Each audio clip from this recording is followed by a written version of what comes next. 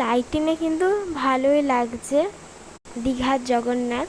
তো কারা কারা এসেছে আর কারা কারা আসুনি কমেন্ট জানি। আমি তো ফার্স্ট টাইম দীঘা আসলাম, আর দীঘার মন্দিরও আর কি ফার্স্ট টাইমই দেখলাম। আর এই জায়গাটা মানে পদ্ম ফুল চাষ করেছে, আর পদ্ম ফুলগুলো কিন্তু ভালোই ফুটেছে বলতে গেলে। আর ভেতরটা তো খুবই ভালোই লাগছে। তো ঠাকুর মানে জগন্নাথ যেখানে থাকবে ওখানে কিন্তু কোনো ফোন অ্যালাউ নেই, তাই তোমাদের সাথে দেখাতে পারবো না।